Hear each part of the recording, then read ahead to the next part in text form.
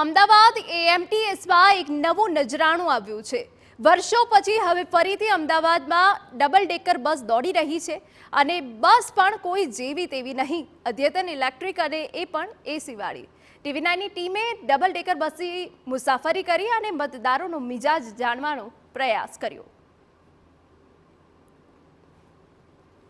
એક વખત હતો જ્યારે અમદાવાદમાં પણ અન્ય શહેરોની જેમ ડબલ ડેકર બસ દોડતી હતી, પરંતુ 1990માં તે બંધ થઈ ગઈ અને હવે 33 વર્ષ બાદ ફરીથી અમદાવાદમાં ડબલ ડેકર બસની શરૂઆત થઈ છે। આજે આપણે ડબલ ડેકર બસની મુસાફરી કરીશું અને મુસાફરોનો લોકસભાની ચૂંટણીને લઈને શું મંતવ્ય છે, તેમનો મિજાજ શું છે તે જાણવાનો પ્રયાસ કરીશું। નમસ્કાર, આપ જોઈ રહ્યા છો TV9, હું છું હાર્દિક મોદી। સીધી કરીએ મુસાફરી।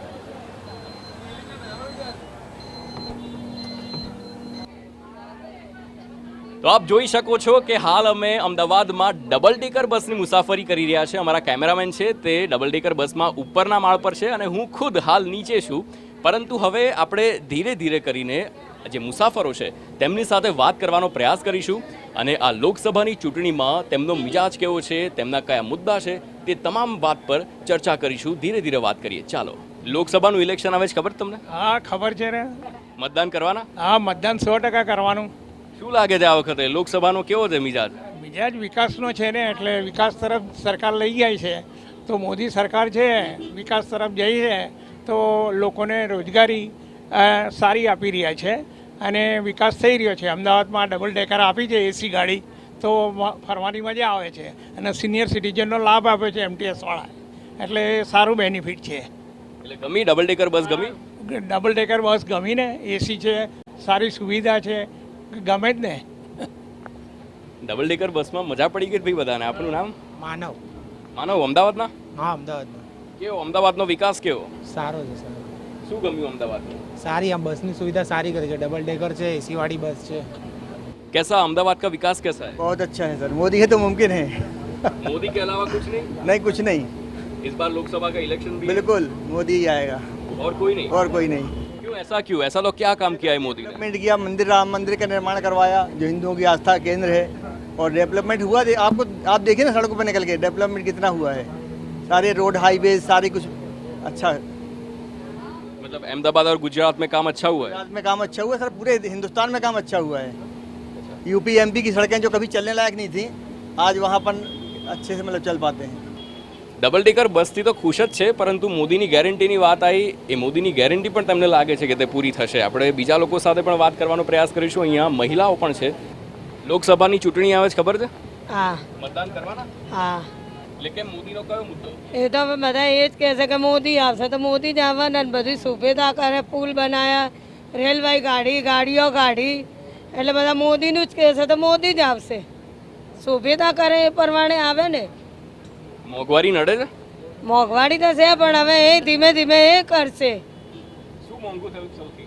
સૌથી તો તેલ ને લોટ ને એને બધું મોંઘું છે, શાકભાજી, ડુંગળી સસ્તું થઈ જશે। હવે આરામથી ધીમે ધીમે કરશે। રાશન કાર્ડથી ફાયદો થાય છે? રાશન કાર્ડમાં તો અનાજ એક જણનું 5 કિલો આવે છે, જે કરતા હોય એ આવે બધું। મહિલાની પેન્સિલ આવે, અપંગની બહેનોની આવે, વિધવા બહેનોની આવે। શું કહો છો તમે? 20 વાળી ટિકિટમાં આખો દિવસ ફરો એમ। એટલે ફાયદો થયો છે એનાથી? ફાયદો તો છે જ ને પહેલેથી।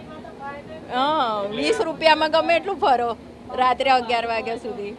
એટલે આ લોકસભાનું ઇલેક્શન આવે છે તો લાગે છે કે આ વખતે ફરી મોદી સરકારનું જ સરકાર આવશે? આવવા જ જોઈએ ને, મોદી જ આવવા જોઈએ। કેમ એવું? બીજા કોઈ પર વિશ્વાસ નહીં?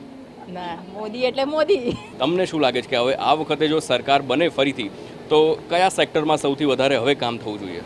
હવે તો આ રોડ રસ્તાની અમુક જગ્યાએ થવું જોઈએ।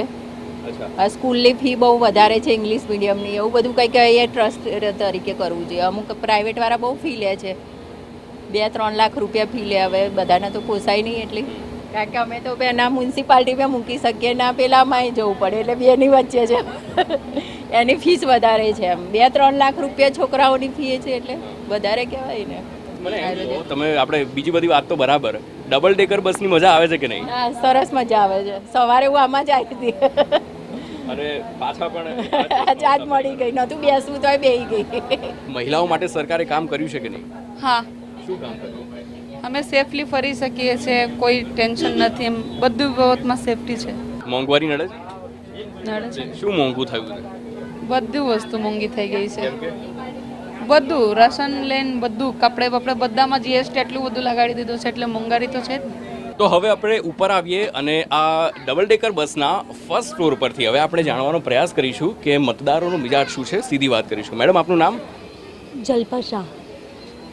ફર્સ્ટ ફ્લોર પર બેસીને મુસાફરી કરવાની મજા આવે છે? હા, બહુ મજા આવે છે. એટલે કેવું, આમ નોર્મલ બસ કરતાં કેવું અલગ લાગે? નોર્મલથી ઘણું વધારે સારું લાગે છે. હાઈટ ઉપરથી બધું જોવાની પણ વધારે મજા આવે છે. જનરલી અમે જે બસમાં ટ્રાવેલ કરીએ છીએ એમાં આવી રીતના જોવા નથી મળતું. એટલે આમ અમદાવાદ દર્શન જેવું લાગે? યસ. શું લાગે છે, આ વખતે લોકસભાનું ઇલેક્શન પણ છે, તો કયા મુદ્દાઓને ધ્યાનમાં રાખીને મતદાન કરશો? એ બધાનો તો બહુ કંઈ ખ્યાલ નહીં, પણ વિકાસ તો સારો જ થાય છે. શું વિકાસ થયો છે? અત્યારે તો આ સિટી આ જે સિટી બસ છે એમાં આટલું ઇમ્પ્રુવમેન્ટ તો દેખાય જ છે. મેડમ, આપને શું લાગે છે, અમદાવાદમાં વિકાસ થયો છે? થયો તો છે પણ આમ જોઈએ એવો નથી થયો. બધી એટલે સારી સગવડ કરી છે આપણા માટે, પણ અમુક લોકોને ખાલી મોંઘવારી પર નડતર થઈ ગઈ છે. મધ્યમ વર્ગના માણસ તો મરી જ જાય છે, એમને તો મોંઘવારી કેટલી નડે. બાકી વિકાસ સારો છે એમનો બધો. એમ ગૃહિણી હોય એટલે મોંઘવારી તો નડે જ, કારણ કે બજેટ છે આપણી પાસે, બજેટ પર આખું ઘર ચલાવવાનું છે. બિલકુલ. મેડમ, તમને શું લાગે છે, મોંઘવારીનો મુદ્દો છે આ વખતે? હા, મોંઘવારીમાં મુદ્દો તો છે જ, કારણ કે અમારા ઉપર જ બધું ચાલે છે. અમને જ બધા વાઢે છે, શું કરવાનું એનું બોલો. એટલે એક ફિક્સ બજેટમાં ઘર ચલાવવું પડે છે. હા, શું મોંઘું થયું છે? બધું બહુ જ મોંઘું થયું છે. હા, બધું જ એકથી 100 સુધીનું સ્કૂલની ફીસ બધું જ. સ્કૂલની ફીસ મોંઘી થઈ છે. એજ્યુકેશન પણ બહુ મોંઘું થઈ ગયું છે. પછી સિલિન્ડર, ગેસના સિલિન્ડર, ઇલેક્ટ્રિક, પછી પેટ્રોલ, અનાજ પાણી, ફ્રૂટ, શાકભાજી, ઘઉંનો ભાવ કેટલો છે, ચોખાનો ભાવ કેટલો, દાળનો ભાવ કેટલો, અને છોકરાને ખવડાવીએ તો શું, ચટણી રોટલો, બોલો. એટલે આ બધું અમારા ઉપર જ બધું કટિંગ કરે છે. એટલે સરકારે મહિલાઓ માટે વધારે કામ કરવું જોઈએ, હજી બીજી યોજનાઓની જાહેરાત કરવી જોઈએ. હા, કરવી જોઈએ. અચ્છા, આ મોદી સરકાર છે, છેલ્લા 10 વર્ષમાં ભારતમાં મોદી સરકાર છે, એમણે કામ કર્યું છે? હા, એમને ઘણું બધું કર્યું છે. તો કોણે કામ નથી કર્યું? હવે એ તો મને નથી ખબર. આ ભાવ કેમ વધે છે એ અમે તો કઈ જોવા ગયા નથી કે આ ભાવ આટલો બધો કેમ વધે છે. એના માટે ભારત સરકાર જવાબદાર નથી? નથી જ ને. અચ્છા, કૃષિ વિભાગમાં હજુ પણ ઇમ્પ્રુવમેન્ટ હોવું જોઈએ. જે બધા કેમિકલ્સવાળા વેજીટેબલ્સ અને ફ્રૂટ્સ હોય છે તો એનું પ્રમાણ ઓછું કરવું જોઈએ, જેનાથી બીમારીઓ ઓછી ફેલાય. ગૃહિણીઓ ખાસ કરીને એમ કહે છે મોંઘવારી ઘટવી જોઈએ.